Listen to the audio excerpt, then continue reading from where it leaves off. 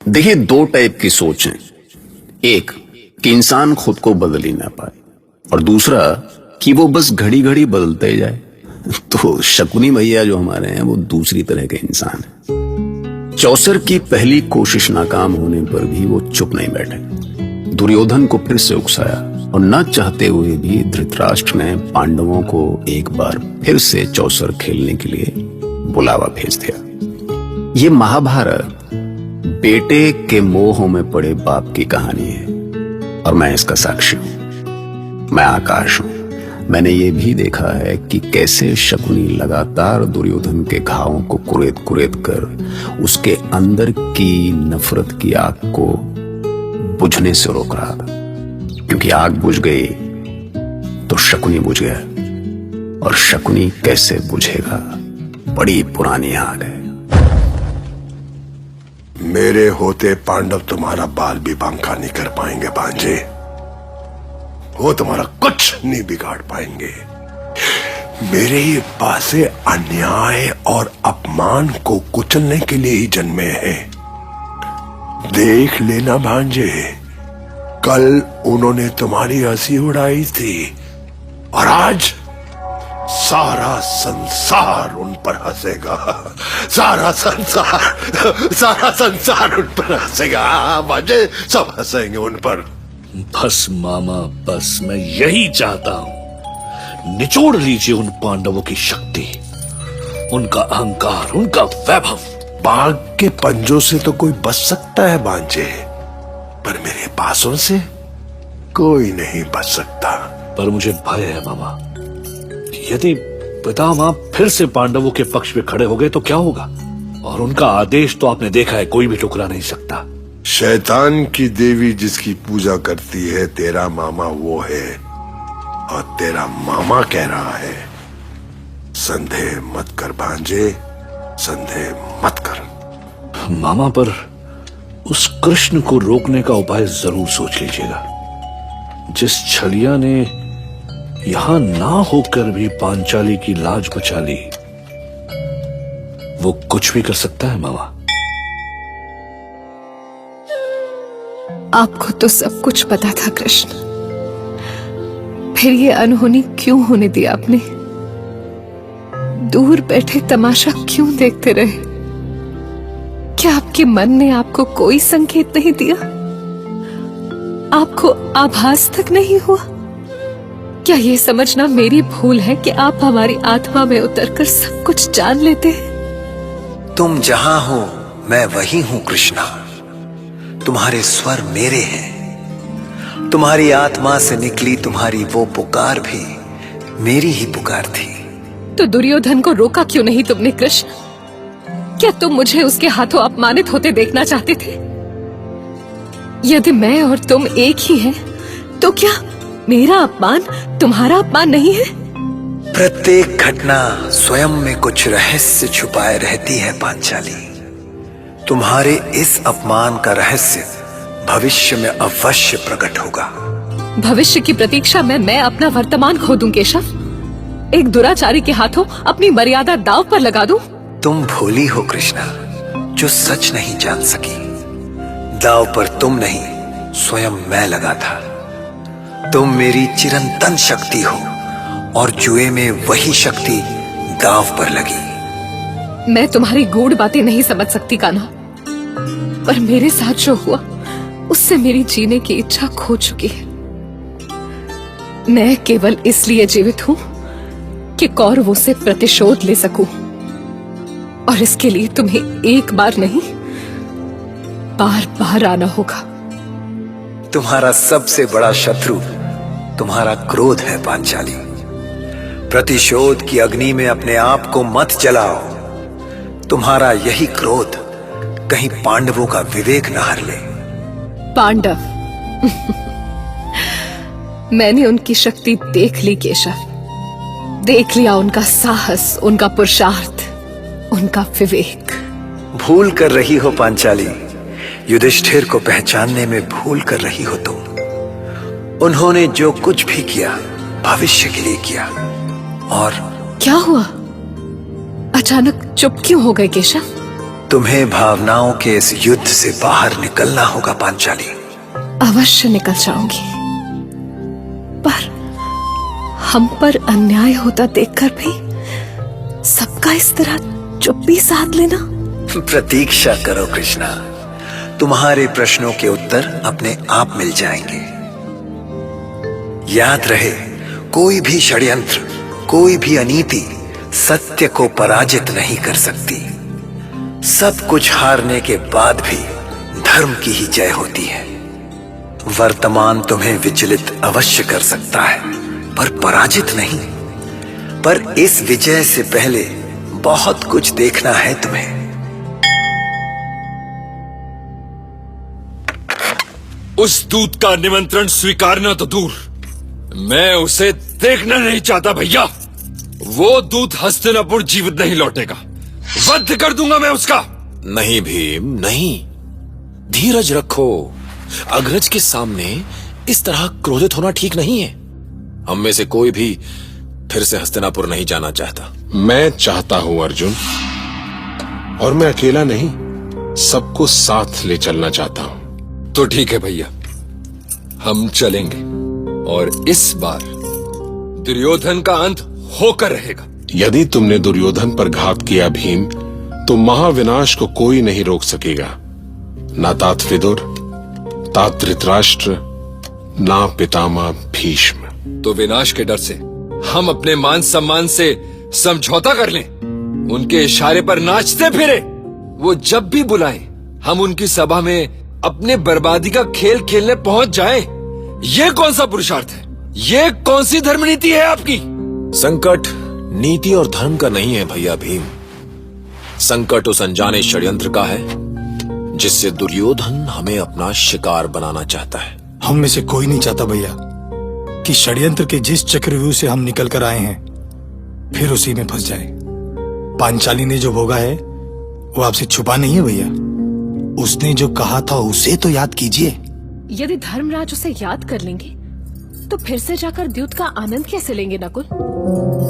पांचाली, मैंने आनंद के लिए हस्तिनापुर का निमंत्रण नहीं स्वीकार किया। मैं भविष्य के विनाश को देख रहा हूं और उस विनाश को रोकना चाहता हूं। तो रोकिए, आनंद से रोकिए।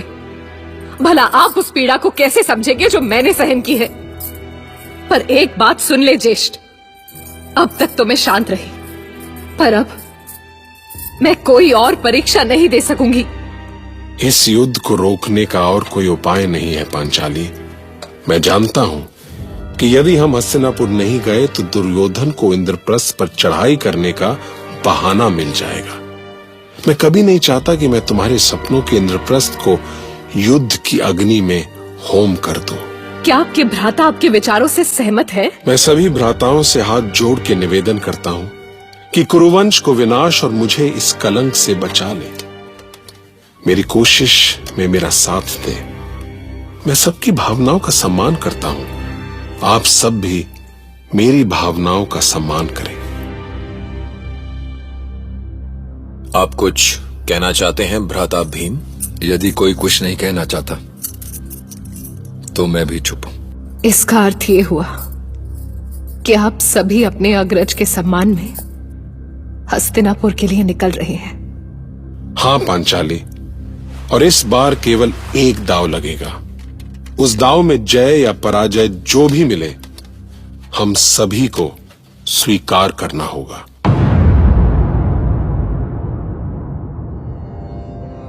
हे कृष्ण, ये कौन सा खेल खेल रहे हैं? फिर से वही द्युत, फिर से वही दाव, फिर वही लज्जाहरण। आप इन्हीं पांडवों का पक्ष लेते हैं जो बार बार भूल पर भूल करते रहते हैं। आपने कभी समझने का प्रयास किया कि ये फिर से क्यों कूद पड़े उसी जुए में? धर्म का मार्ग कठिन होता है पांचाली, इसलिए तुम अपनी शक्ति बनाए रखना। मुझे केवल तुम पर भरोसा है माधव। नहीं होकर भी तुम सर्वत्र हो, तुम हर एक घटना के साक्षी हो। कोई अनहोनी हुई तो तुमसे ही पूछूंगी और तुम्हें ही मेरे प्रश्नों के उत्तर देने होंगे।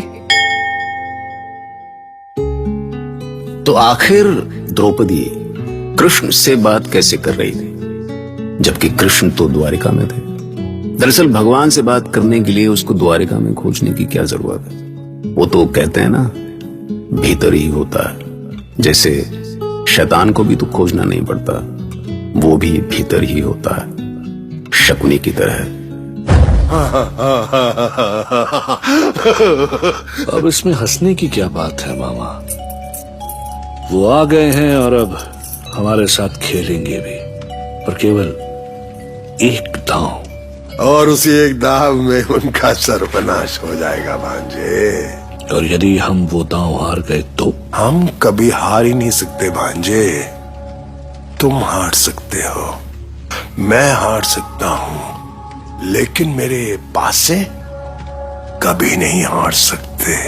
अर्थात मेरी विजय निश्चित है? तुम सिर्फ विजय का उत्सव मनाने की तैयारी करो भांजे। विजय की तैयारी। विजय की तैयारी। मैं समझ नहीं पाता युधिष्ठिर कि ऐसा कौन सा बंधन था कि तुम एक बार अपना सब कुछ हार कर फिर से वही अनैतिक खेल खेलने चले आए। क्या अभी भी दुर्योधन को समझना बाकी है? क्या तुम अभी तक शकुनी के पासों को नहीं समझ सके? मैं तात धृतराष्ट्र का निमंत्रण कैसे ठुकरा सकता था पितामह? उन्हें कैसे ना कह सकता था मैं? ना नहीं कह सकते तो जाओ, खेलो सर्वनाश का खेल। जाओ, सभा सज गई है, वही सभा, वही पासे, वही शकुनी और वही अनैतिकताओं। मैं सभा को बता देना चाहता हूं कि इस बार भी मेरी ओर से गंधारपति शकुनी ही पासे फेंकेंगे। और पूर्व निर्धारित शर्त के अनुसार इस खेल में केवल एक दाव खेला जाएगा। दाव हारने वाला 12 वर्ष तक वनवास करेगा और 1 वर्ष अज्ञातवास होगा, जिसमें उन्हें छिपकर रहना होगा। क्योंकि यदि अज्ञातवास में उनका भेद खुल गया तो दोबारा यही सिलसिला शुरू होगा, अर्थात फिर से 12 वर्षों का वनवास। तो खेल शुरू करते हैं। चलिए, पासे फेंकिए धर्मराज और जीत लीजिए बाजी। अवश्य दुर्योधन, और देखना इस बार मैं अवश्य जीतूंगा। हे ईश्वर, तुम जानते हो कि मैं जो कुछ भी कर रहा हूं कुरुवंश के हित के लिए कर रहा हूं। इस बार मुझे निराश मत करना। तो मामा शकुनी, हम 5 पांडव, द्रौपदी और माता कुंती मिलकर 7 जन हैं। इसीलिए ये रही मेरी चाल 7। वाह 7! अब आप पासे फेंकिए गंधार राज। अरे अरे धर्मराज 7, आपने तो दे दी मुझे मात। आपने तो मुझे दुविधा में डाल दिया। अब मैं क्या चलूं मैं? हाँ, नो, ये नो, नहीं, रुको, क्या करूं? हाँ, अब मैं सबसे बड़ी चाल चलूंगा, 12। और देखना, मेरे दोनों पासों में 6 आएगा। 6 और 6 12। लो, ये मारा 12। मैं इसे नहीं स्वीकारता। ये छल है। सुबल पुत्र ने हमारे साथ छल किया है शकुनी ने। ये छल नहीं है, तुम्हारी मूर्खता का फल है। हमारे साथ षड्यंत्र हुआ है महाराज। शांत हो जाओ भीम, शांत हो जाओ।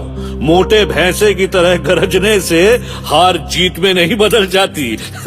मैं तुझे चीर डालूंगा दुर्योधन। हमसे छल करने का दंड मिलेगा तुझे। मैं तेरा शरीर खंड खंड करके यमुना में बहा दूंगा। तुम्हें चेतावनी दे रहा हूं भीम, चुपचाप बैठ जाओ, वरना इस सभा में मेरे योद्धाओं को देख रहे हो ना? तुम में से कोई भी सभा से जीवित नहीं निकल पाएगा। तो ठीक है, जिसमें साहस है सामना करे मेरी गदा का। अब कौरव और पांडव आपस में लड़ पड़े। देखो क्या है, लड़ने का क्या है, लड़ पड़े। उनको समझ में आ गया था कि शकुनी ने जरूर कोई खेल खेला है, पर अब जो होना था सो तो हो ही चुका था। और जब कोई एक बार जलने के बाद भी फिर से आग में हाथ डाले तो क्या कहेंगे उसको, आप बताइए युधिष्ठिर? हाँ, अरे नहीं, इतना ना बेचारे पे यार तुम। खैर चलिए, महाभारत।